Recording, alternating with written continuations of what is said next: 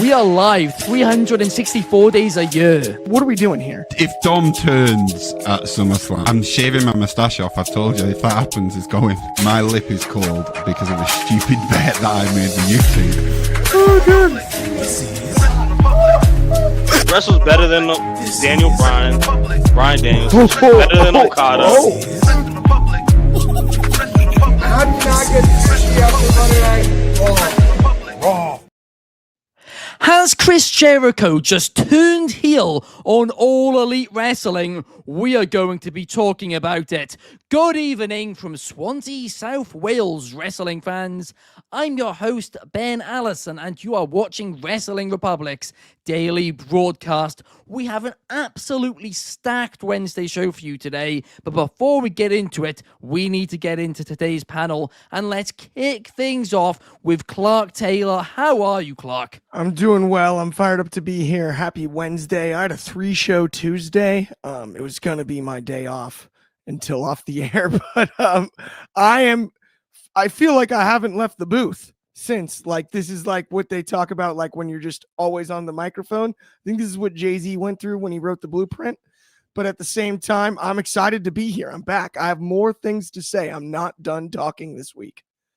Wow. Even after yesterday, Clark still has some things to say. Also, you mentioned 3 shows yesterday. Some of our loyal viewers might be wondering, hang on a second, we know the daily, we know off the air, what was the third one? Well, the third one was the Take It to the Game John Cena quiz. It's going to be out either later this month or early next month about the entirety of John Cena's career. We recorded it last night and it was a banger. And as always in our quizzes, there was a little bit of controversy, so you'll want to check that out once it has come out. But also joining us today, we have Ant University. How are you, Ant U?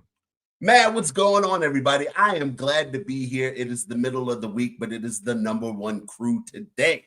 So I'm glad to talk some wrestling with you guys. And yeah, man, Chris Jericho just pulled a straight heel move. And I can't wait to hear what Clark says about it.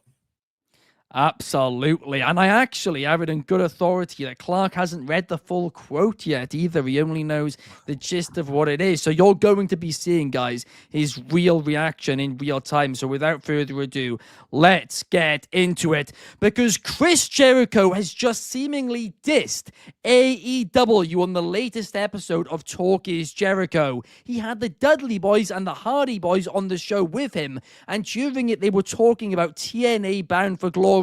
And Jericho said this: "That crowd looked huge. It looked like a WWE level crowd. The place was packed. I was watching this and not saying anything out of line here, but comparing it to watching Dynamite when they were at the ECW arena, which looked like a Tony Condello taping. Sorry, it did.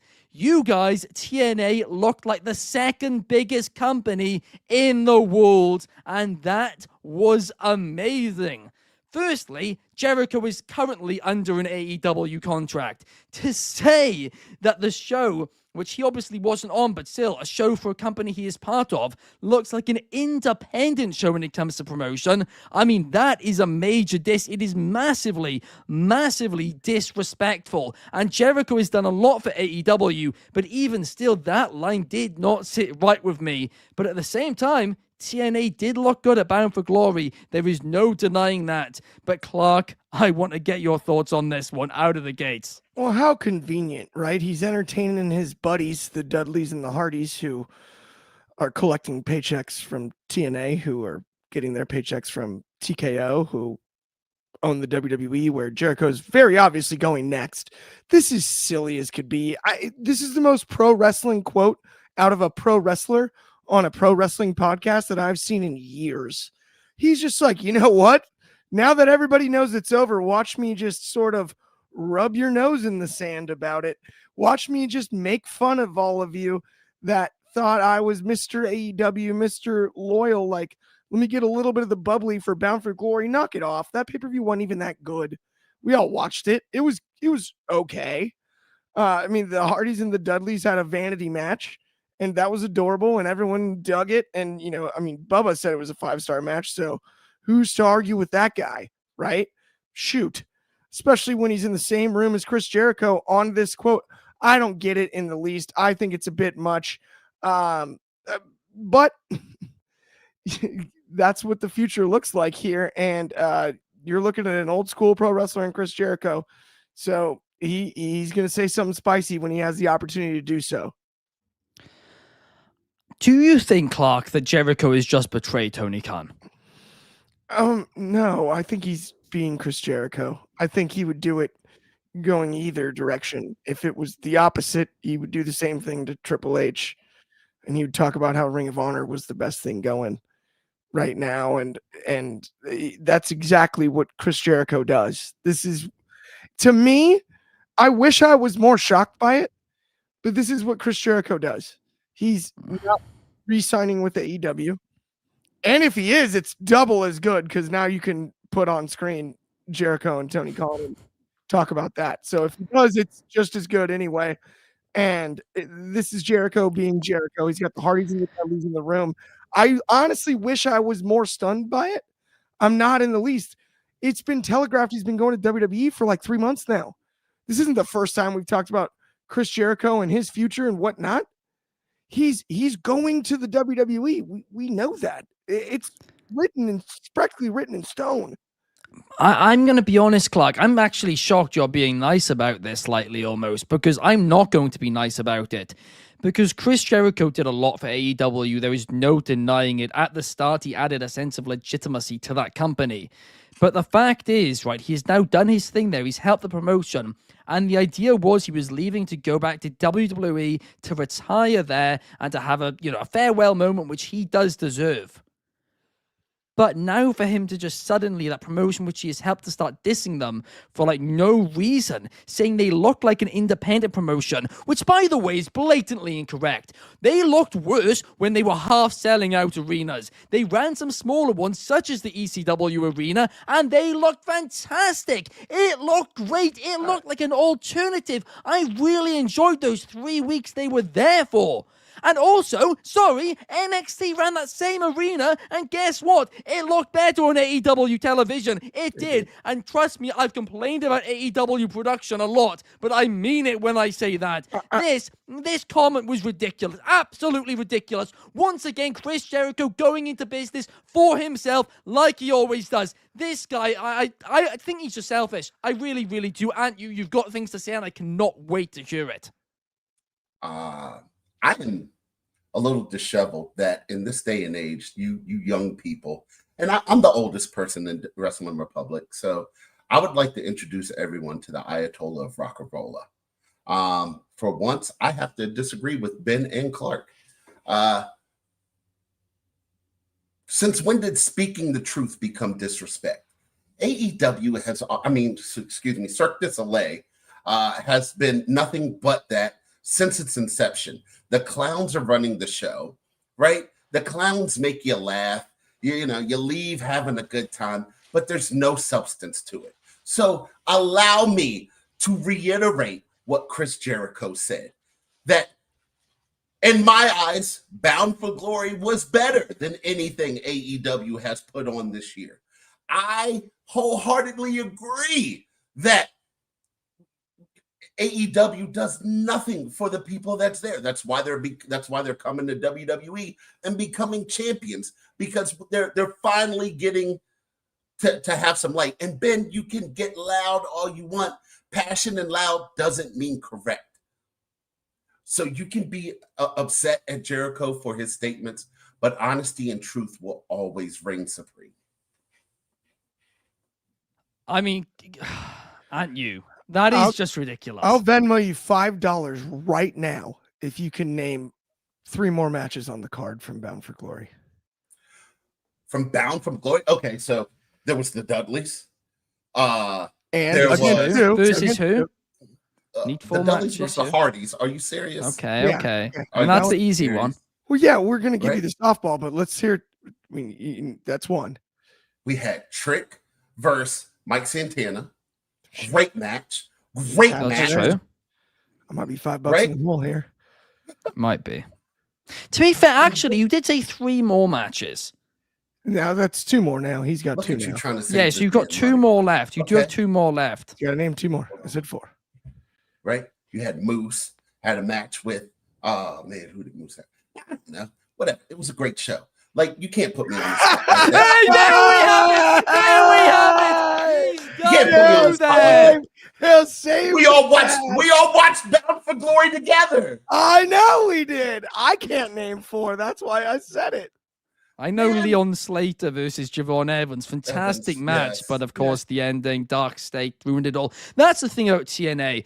They're a company who, as I've always said, I like there being an alternative. I think it's good for the business, and I've been a proud TNA supporter for many, many years. My issue with the company is they always find a way to shoot themselves in the foot, whether it's with production or something else. Every show of theirs I watch, I come away with going a bit like, oh, I wish that was better. Whereas with AEW, for the first couple of years, I felt the exact same way.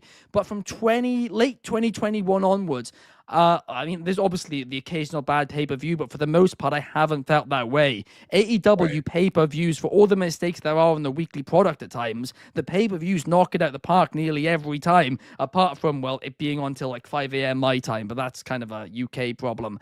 But there's a comment here from Donnie, right? And he says, we have to get past this position of getting outraged anytime someone says something negative about AEW. Don't tell me what to do. I say negative things about AEW every week. I've gotten in trouble with AEW for it. And at the end of the day, like, my issue here is Jericho says talk the talk this entire time. He's now leaving. There was no reason to say that comment. The comment is just, I mean, look, everyone's allowed an opinion, but I don't care. It's still factually incorrect. If you look at some of those shows, which... If you look at some of those shows, it looked that he's comparing it to. It's just a complete lie. It was good production in the 2-300 arena. It really was. I mean, DCX Warlord is saying Kenny Omega ruined TNA. He's also naming System versus Order 4. So that is the 4th match which you could have had, and you. Oh, Frankie Kazarian defended his title. Oh, who did Frankie wrestle? Oh, who did Frankie wrestle? It happened. It was on that. Don't know that. You're one. right. It was on the card. DCX War. I'm not sure. I do. Oh no, that's annoying me. I'll have to look it up. DCX Warlord says also shared the trophy. It was a battle royal. That's it. Yeah. I have unfortunate news for Ben. The women's team of Arsenal is number 4 in the women's league, and Chelsea is number 1 in that league. It's bad news. It's a bad day, DCX Warlord. But we are currently winning in the Champions League, so it is completely fine. Because that is the more important trophy. But the Hardys versus the Dudleys at Bound for Glory was not that good. The Hardy Boys had to carry the Dudley Boys every step of the way. I'll go a step further. That match was not very good. It was bad. It was bad. Zilla Fatu was there. You had the System versus Order 4.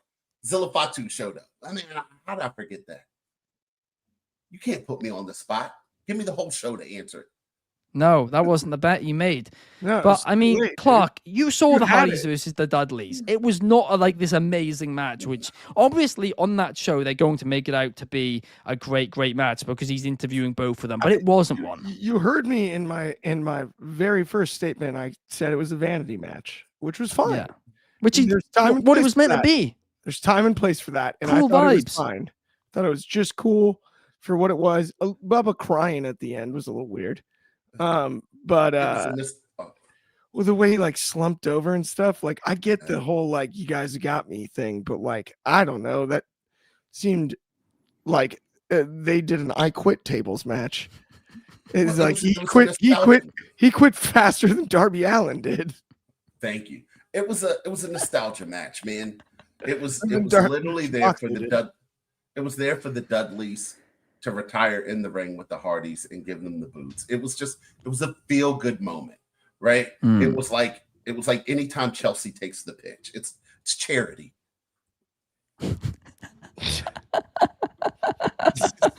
Oh my! I love that Chelsea diss right there.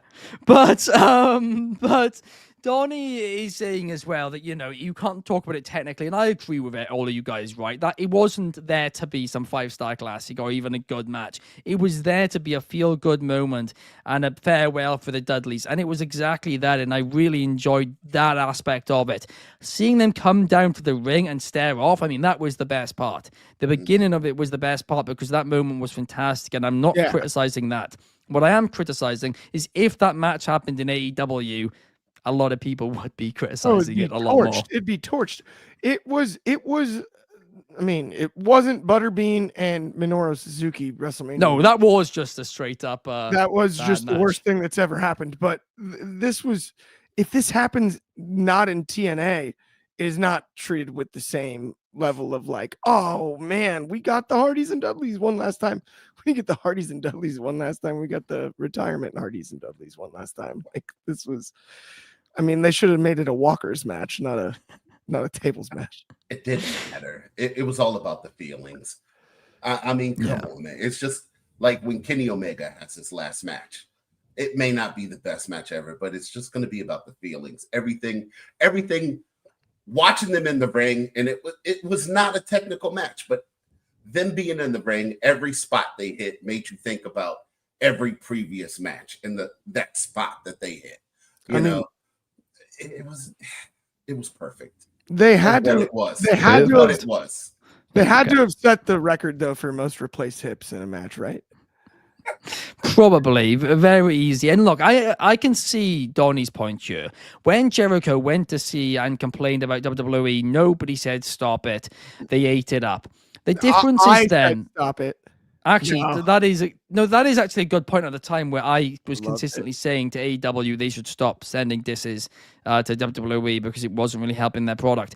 But what I will say about it is it's a little bit different because it was a one-horse race for so long. There was no major competitor. So I think everybody kind of was not rooting against WWE, but at first did want the competitor to be legitimate and to, you know, stand out. So I reckon that's why. But all this time, like, I don't like people leaving promotions and then complaining about them. I thought Daniel Bryan, he said a couple of things, but Daniel Bryan, for the most part, I think's handled it the best, where he hasn't been sending any disses. He's focused on AEW, and he's made AEW a better place. And I think that means something compared to Cody, who was just smashing thrones at the time, which I think still factors to this day into Clark's dislike of him. He's also doing the same thing at WWE. That picture. But that's different. That's a different situation, though. I think. Whoa! Now it's different. It is different because Jericho is just unnecessarily taking disses. Cody, when asked about AEW, is hinting at a negative experience. He's allowed to do that. That's his story, right? He's finished his story. Well, that's his other story. But Jericho's different here. Yeah. No. He's making up that they look like a Canadian indie show from 30 years ago. I agree. I think only WWE should be allowed to trash AEW, and the fact that Jericho isn't signed yet is why this was too early.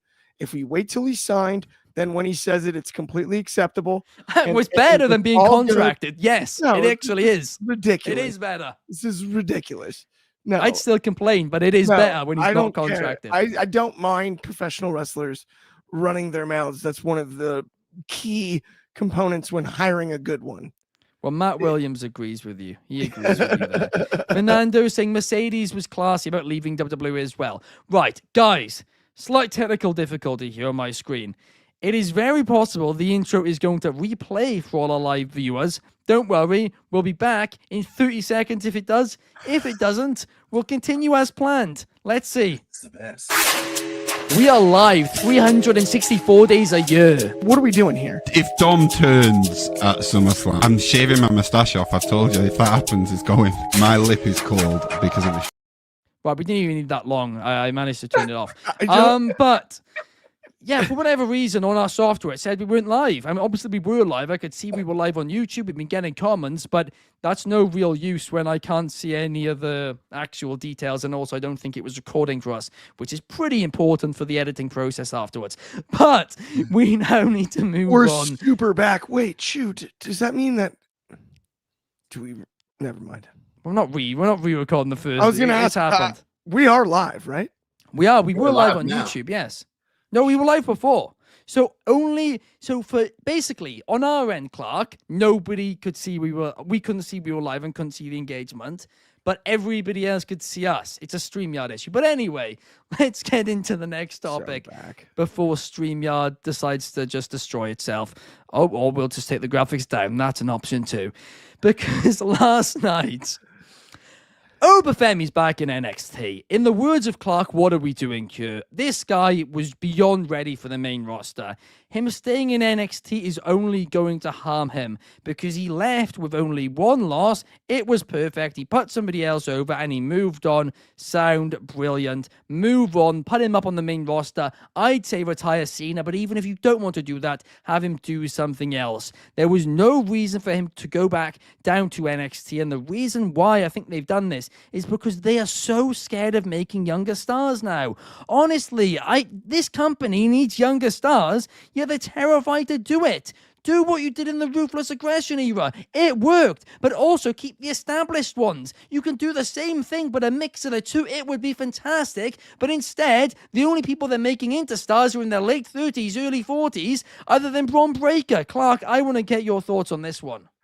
Did you see the finish to the show last night, Ben? Really quickly, I want to ask you. I did. I did, and they cut that off too. That was horrific. I think this was one of the biggest issues here, because I hear where you're coming from. Obafemi is so main roster ready. It's time. Pull the trigger. Strike while the iron's hot. Every cliche under the sun.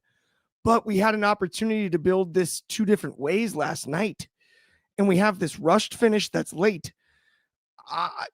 I cannot understand how they both sort of stand up and then Trick Williams just gets pushed down. He won a last man standing match by push down. After getting speared off of a balcony. The only way this one makes sense is if within the time you have the spear off the balcony, you have the count go to 10 seconds, the match is over. They're both laying there and you have the ruler stand over both of them. And it's a triple threat rivalry. And it is the final swan song of Obafemi and Trick Williams in NXT before they're called up. It has to be the absolute end.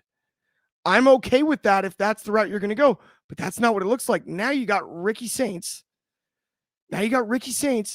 Who won against Trick by pushdown, going, he's going to, beat Oba again? Or how do we navigate this? Why isn't Trick in the match? Why didn't they just both stay down? Ricky retains. And then it's okay with me. Okay, one more time. While you wait to debut Obafemi during WrestleMania season. One more time. That then it's fine. But the finish is the larger issue at hand here than Oba's return to NXT for just one more. It bothers me to death. I think, honestly, the issue is way bigger here because that's the thing. Obafemi is now going to have to lose to, as Donnie says, Ricky Stinks one more time. Yep. So I like Ricky Saints. I do. Maybe not as much as other people, but I do like him. But Obafemi should not be losing to him. They did it one time, leave it at that. He put somebody over and he's got called up to the main roster. I'm fine with that. But in my opinion, Obafemi should have been in that tournament and he should have won it. I've been saying it for weeks and weeks and weeks. That was the guy to retire John Cena. Now, Clark, your pick in Trick Williams, suddenly that's looking very possible. Numero one pointing it out as well that he just realized, what if Trick Williams is the mystery opponent? Look, you must now be absolutely certain. That was my pick from the beginning. I just think Trick makes a lot of sense. And I also love the idea of Trick being a former Philadelphia Eagle, and it's in DC, so he's going to be the ultimate bad guy against Cena in that final match. That makes a lot of sense. That'd be good. Right? I don't hate that. I don't hate that. It's like the double whammy, right? For anybody that's a Commanders fan, as is Aunt You, who we've got here with us. But you know what I mean? You're going to boo a guy like Trick against John Cena, and that's what we need as much as anything. I'm interested in the Donnie comment about he doesn't think Oba is losing to Ricky. Why? Well, the issue is that scares me. If Oba beats Ricky, we are now in even bigger trouble because why did Ricky ever beat Oba? That's not going to help him at all. He beat him and then lost to him in an actual match. It's not going to help him. It's going to have to be 40 DDTs this time instead of just like 8. Just DDT, DDT, DDT. That's all the match is all along.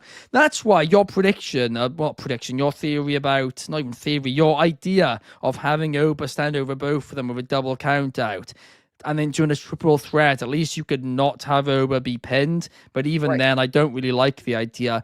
I don't know why they've done this. It makes zero sense to me at all. But also something which does make, to be honest with you, little to zero sense to me is the fact that WWE Speed is now officially on NXT. It's been on it for quite a few weeks now, but it is clear that this is going to be a long-term thing. And I like the idea of Speed, but I said all along there was a big issue here. The matches should be 90 seconds, and these 90 seconds matches should be filmed vertically for TikTok and Instagram. If they did that, I think this could be a major, and I mean major success for WWE. In fact, I'm shocked another company hasn't stolen that idea since WWE had it 3 minutes and on Twitter, right? Because in that format, it would work. And I've had so many of my friends who are kind of lapsed wrestling fans say this to me as well, saying, why don't WWE do shorter matches in that time frame? It would work a lot better. And I agree, to have it filmed vertically, that is how you do it. But on NXT, I mean, and you, don't get me wrong, I like titles with stipulations, but to me, it just seems a little bit bizarre every week.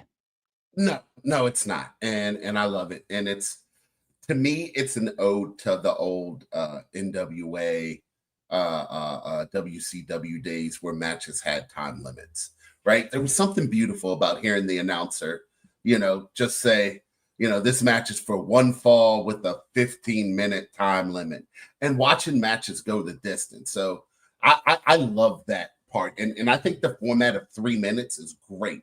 Even if it was done vertically on TikTok for 3 minutes, I think people would still watch it all the way through.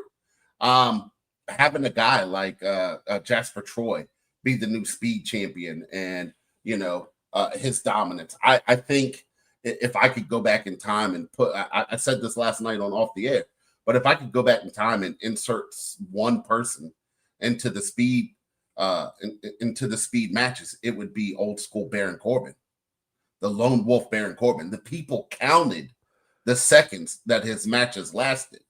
So I like it. I like the whole concept of the Speed matches, like, guys and girls, right? Like, there just needs to be more. It's a great break. It's a great break in 12, 13-minute matches that go on. You get something, they're in and out, they're quick. It either goes to 3 minutes or it's a quick pin. Something exciting can happen in that 3 minutes to lift the crowd back up. So I'm a fan of it. I like it. I enjoy it being on NXT. Nobody watched it on Twitter, on X, or whatever you want to call it. They did. I never watched one on X. I look forward to watching it on NXT. Okay. I mean, look, that's fair enough. And I do want to get into one of the comments in a second. I could see Seth Clark off. But I want to quickly reply to you first, and you, about what you said there, because I agree. I really like titles with time limit. It's why I like the Continental title in AEW. It's why I like the idea of TV titles as well with 15 minutes. My issue with Speed on a weekly TV product is that why do all the non-Speed matches suddenly go a lot longer and stars take a lot, longer to be able to beat compared to then in the next match when it's a 3 minute time limit, everybody loses a lot easier. I personally find it a little bit hard when they're in the same format on the same show to get my head around that from a kayfabe perspective, to get, to suspend my disbelief when it comes to it. So maybe if it was like 5 minutes or something like that, then maybe that'd be a bit different. But 3 minutes, it just feels like it's a different show to me. So just like playing sports, right? With fourth quarter, 2 minutes left, you gotta go, right? You can't take your time. So you're in that zone, you're in that moment. I've got 3 minutes to win this match, right? From my perspective, I'm looking at it like, okay, who's going to make the mistake to get pinned? Because you have to throw the Hail Mary, you have to throw the knockout punch. So that's the way I look at it. Being a former athlete, knowing what it's like to be in those crunch time minutes, that 2-minute drill, 4 minutes left in a basketball game, you got to go. Speed golf. You gotta. It's just you quick. gotta take your So I enjoy it. Yeah, but it's really not only. do. That's what I was thinking too, but that's not exactly how it's played out, is it? Because people are losing to like simple moves they would easily be kicking out of in a normal match. And one thing that I think that I would add is, I think on social media, 3 minutes makes perfect sense, because I'm not going to watch a video on my phone for longer than 3 minutes. Like, I don't want to hold my hand like that. I think that's even too long, because it can't go on the explore pages. 3 minutes. Stop it. Because 90 seconds is the limit for explore pages. You death scroll for 50 minutes a day, Ben. Don't act like you don't. No, but either way, that's just it can't go on the explore pages though. Either way, I'm sick and tired. My point is this: I would go 5 minutes if it's going to be on television, because for TV, 3 minutes is just so short that it's like, and the Donnie comment that made me laugh. I mean, I legitimately. Oh, we gotta read it out. We gotta read it out. I was gonna get to that because I had a reaction to it. I'm sorry. I've never laughed so, not never. But so there's a comment here by Donnie, right? And he's mentioned one of my personal favorite wrestlers. Well, maybe previously favorite wrestlers. And the comment is, I like the speed format. It used to be a drill in many wrestling schools. Can you have a good match in 3 minutes? I know Tegan Knox can't. Of course, in response to her walking out the other day with her girlfriend when they found out they were having a 3-minute match in what was just... Thank goodness for camera cuts, because I shot water through my nose when I saw the comment. I laughed so hard. I was like, Donnie, +1 there. That's gold. That's a winner. That's a winner in my book. By the way, I have seen short matches with her where she has done fantastic too, but unfortunately she's seemingly not willing to do them anymore. They're not fun to her or whatever. I mean, personally, I do think wrestling on national TV, even if you've done it that many times, is fun if you're already in the arena. But I mean, hey, Nixon, I love this. I love the psychology of, here's a match, here's a finisher, match is over, right? Because I'm so sick and tired of 15 false finishes in matches. I agree. I feel like when someone hits their finishing move, it should be the end of the match. Like, why else do you have a finishing move if it doesn't finish the match?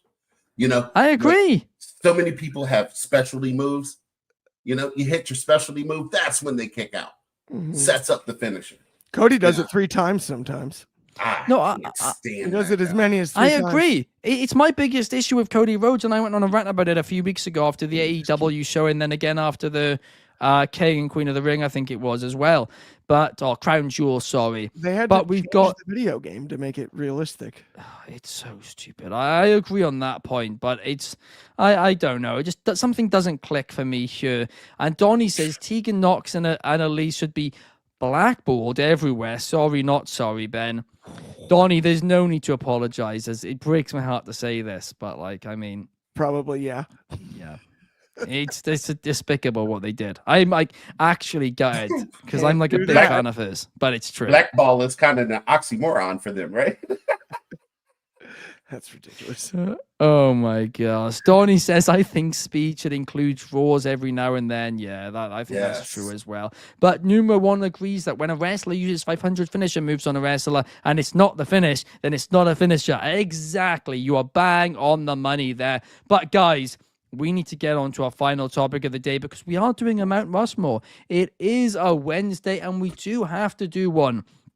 And today's Mount Rushmore is going to be wrestlers, specifically wrestlers who have wrestled in WWE, who have never won a world title in WWE. That phrasing is important because there's tons of ways you can interpret this, but it's wrestlers who have wrestled in WWE but have not won a world title in WWE. So I'm going to go first, followed by Clark, and then followed by and you. So without further ado, this is a Mount Rushmore of wrestlers who have wrestled in WWE, but never won a WWE or World Championship there. I'm going to kick us off with Scott Hall. Clark, who are you taking? That's really frustrating because that's who I really wanted. But actually, you're wrong. You left me the best pick in the game. Give me Rowdy Roddy Piper for my first pick. He would have been my guys took second. Two good ones. You He guys would have took been two my good second. ones. There is another big one, though. There is another one who I'd say is arguably the third. Will you take him, aren't you? I know who you want me to take, and I'm not going to take him because there's a theme to my list. So I'm going to start my list off with Mr. Farouk Ron Simmons. I actually like that. I like that shout a lot. First pick. Very good indeed. But Aunt you, it is back to you. Who are you taking as your second? Coming back to me, second pick. Oh man, this one hurt a little bit to see that he never won. From New York himself, Mr. 2x4. Raise the thumb up, and everyone say, "Oh!" Mr. Hacksaw Jim Duggan, the first Royal Rumble winner. If he was in today's wrestling, he'd be a main event in WrestleMania. But no, that is a fantastic shout. Honestly, I actually didn't even know that. Wasn't on my list. That is a brilliant second round pick there. But Clark, who are you taking? I have to take this one. Rest in peace, Kansas City Kemper Arena. Owen Hart. Owen Hart is my next pick, and that one's just I mean, the guy was as good as anybody that ever stepped foot in a wrestling ring. No doubt about it. Absolutely. There is no denying he was on my list as well. I mean, honestly, one of the all-time greats between those ropes, and it does suck he never got to win the big prize. Up next, I'm going to actually take a current day wrestler. I'm going to take somebody who is active right now, and I'm going to go with Sami Zayn. This guy, I mean, I know a lot of people hate him. I know the Instagram comments are going to go nuts at me for that, but he is that good. I'm sorry, he is. And the fact he hasn't won a world title yet does not sit right with me. But I'm hoping, really hoping this is going to be his year. WrestleMania, he will win the Royal Rumble this year and then go on to Las Vegas to win it. But it will go exactly back round to me again. But I'm going to be taking somebody from my nation of England. I'm taking William Regal. This guy, I mean, technically, I absolutely adore his matches, as you can probably tell by my love of British wrestling. But the fact that he never won a world title, it doesn't surprise me too much, but I wish he did because he was that good and a true genius in this business. Clark, who are you taking next? This one I can't actually believe fell to me because I think he's arguably the most underrated professional wrestler of all time. And it's crazy to me that he never won a world title, but Mr. Perfect Kurt Hennig. This is a guy that could go bell to bell with anybody, and maybe some personal stuff outside the ring got in the way. But man, did he seem like somebody that was destined to win a world title. Oh, that is a fantastic shot. Would have been my next pick as well. And Donnie correctly pointing out that when Regal was king, they discussed him being WWE champion, but then obviously his own fault kind of messed that one up a little bit. Fernando says Sami Zayn still has plenty of time. He does. But yes, because he hasn't yet. It is as of right now, Fernando. So I think it's as of now. Yeah, and his career is coming to an end. He said he's only got a handful of years left. So they need to do it soon. They really, truly do. And you, who have you got next? Ooh, okay, so, you guys may remember WrestleMania 3. They put on one of the greatest matches. Will probably go down as one of the greatest matches of all time at WrestleMania against Randy Macho Man Savage. I got to take Ricky the Dragon Steamboat. That's a great pick. It absolutely is. I mean, I'll allow it. It's technically a little bit rocky because he did win that world title, which ended up in as the WWE Championship down the line when it was merged. But I will allow it because it wasn't in WWE. And yeah, one of, again, an all-time great between the ropes. But Ant, it is back to you again. Who is your final pick? Okay, so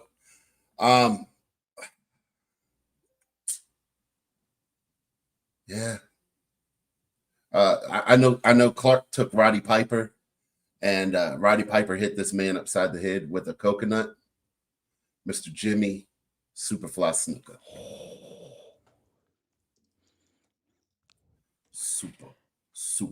Super fly. Hell of a list. There's one big one left that nobody's taken, but Clark, I want to see if you're going to take him or if I'm going to get him in the last pick. Who is your final pick? You can't have Jake the Snake Roberts because I'm taking Screw Jake you. the Snake Roberts That's a next. great one. Man, That's that a is my final pick. I've been waiting for Jake the Snake. That was the third one, by the way, that I thought you were going to take I had at a you. super weird feeling that you would be thinking Mr. Perfect over Jake the Snake, Ben, and truthfully, I was banking on getting Snake in the last round because I almost went Snake instead of Perfect. But I had a weird feeling. I was like, Ben, probably because of like the Mr. Perfect. Well, and we did the have match. we're guaranteed both of those picks before it was back to me anyway. No, I know, but even then, I didn't think of it that way. Just in my mind, like, Fair enough. like those were interchangeable. I mean, there's one more name that I had off after you give your pick. I'll say that it was the hardest one not to pick. My final pick is actually, I can't believe he's been left to the third round or the fourth round, and that is Kit Wilson. Only joking. My actual pick is my actual pick, Vader. This guy, incredible in the ring. Obviously won the stuff over in Japan, but never won anything in the WWE. So there we have it, guys. There is our Mount Rushmore of wrestlers who've never won a world title in WWE. Sting is the biggest one left on the cutting room floor. I don't know, because again, he won that world title. I took Owen in the second round. Yeah, but he won that world title. Yeah. Which became the WWE champion. So if Steamboat counts, Sting would count, but either way, it's sketchy. Either okay. of them, That's I fair. don't really. Sure. I don't know. I'm surprised no one took Dusty. Oh, whoa. I That's believe the it. botch of the year. He was my first pick. No, and I we'll just knew he pretend was gonna Dusty wasn't available. We're gonna call it the Dusty Rhodes draft and make ourselves look better on. Well, This is I in wasn't honor of sure- Dusty, so he wasn't available. We couldn't take him. I That's how we wasn't sure explain what this Ben was online. going to. What a whiff! I I've wasn't never sure felt what so Ben dumb. was going to say because he won it and then they took it away from him in New York. So I wasn't sure. But Oh no, everybody- it's allowed. It didn't go down in the history books, did it? Yeah. Oh, It's dude, completely allowed. how did we whiff that? There's another one we haven't said, and DCX Warlord is not happy about it. That is Claudio Castagnoli, Cesaro. Another great shout as Yeah, well. but that's not the First Dusty of all, is- not Dusty Dusty. is- First of Dusty all, I Not don't. quite dusty. No. Clark picked Owen, Danny, and Ben. Donnie, I took Owen. Ben, I really thought I gotta dock you some points, Ben, because you called him Scott Hall and not Razor Ramon. The man started in Scott Hall. in WWE as Razor Ramon. He's Scott Hall. Whatever. But there we have it. We have got the final list. And it is honestly a really talented list as well. It's crazy. I think that none of those wrestlers have won titles in the WWE. But guys, that does bring us to the end of today's show. On my camera, it says we've only gone 24 minutes. In reality, obviously, we have gone a lot longer. We've just got at the back end of StreamYard today. I don't know. They added a new feature in, and it's just mucked up the entire rest of the system, it seems. But thank you to Ant, you. Thank you to Clark, and we will see you guys same time, same place tomorrow. Peace.